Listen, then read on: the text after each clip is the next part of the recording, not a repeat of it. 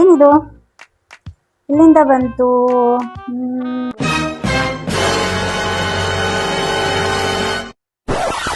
ಅಯ್ಯಯ್ಯೋ, ನಮ್ಮಮ್ಮ ಕೈಗೆ ಸಿಕ್ಬಿಡ್ತಾ. ನಾನಂತರೂ ತಗ್ಲೋಗ್ಬಿಟ್ಟೆ. ಮೊದಲಿನಿಂದ ಎಸ್ಕೇಪ್ ಆಗೋದು ಒಳ್ಳೇದು.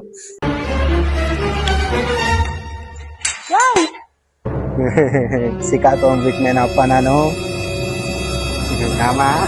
ಬಾರಪ್ಪ ಇಲ್ಲಿ, ಬಾ ಬಾ. ಯಾರೋ ಕೊಟ್ಟಿದ್ದು?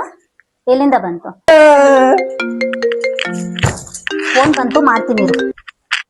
ಹಾ ಹೇಳ್ರಿ. ಸರಿ ಸರಿ ಸರಿ, ನೀನೇನು ಯೋಚನೆ ಮಾಡ್ಬೇಡ, ನಾನು ಮತ್ತೆ ಕಾಲ್ ಮಾಡ್ತೀನಿ ನಿಮಗೆ. ಓಕೆನಾ? ಸರಿ. ನಮ್ಮಮ್ಮ ಏನ್ ಮಾಡ್ತೈತೆ? ಯಾಕಮ್ಮ, ಏನಾಯ್ತು? ಯಾಕೆ ಹಿಂಗೆ ನಿಂತ್ಕೊಂಡಿದ್ಯಾ? ಏನಿಲ್ಲ ಕಣ, ನನ್ನ ಫ್ರೆಂಡ್ ಕಾಲ್ ಮಾಡಿದ್ಲು. ಅವಳಿಗೆ ಗೃಹ ಪ್ರವೇಶ ಮಾಡ್ತಿದ್ದಾಳಂತೆ. ಅವಳಿಗೆ ರಿಟರ್ನ್ ಗಿಫ್ಟ್ ಕೊಡ್ಲಿಕ್ಕೆ ಒಂಥರ ಡಿಫ್ರೆಂಟ್ ಆಗಿರೋದು ಏನಾದ್ರು ಬೇಕು ಅಂತ ಕೇಳ್ತಿದ್ದಾಳ.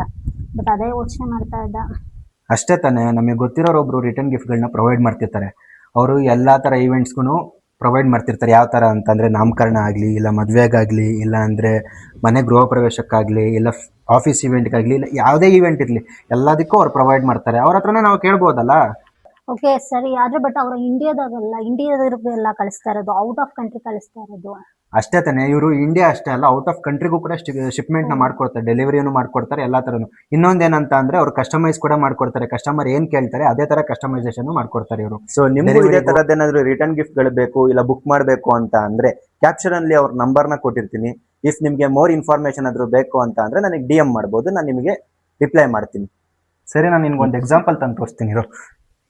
ನೋಡು, ಇದೇ ಎಕ್ಸಾಂಪಲ್ ರಿಟರ್ನ್ ಗಿಫ್ಟ್ದು. ನಾನು ಇದನ್ನ ತೋರ್ಸೋಣ ಅಂತ ಬಂದಿದ್ದು, ನೀನು ಬೇರೆ ಥರ ತಿಳ್ಕೊಂಡೆ. ನೋಡು ಆಯ್ತಾ, ನಾನು ಆಮೇಲೆ ಬರ್ತೀನಿ. ಓಯ್ ಸರಿ, ಬಾ ಬಾ ಬಾ ಇಲ್ಲಿ ಬಾ. ಮತ್ತೆ ಯಾಕೆ ಓಡೋದ ಮತ್ತೆ ಅವಾಗ್ಲಾ?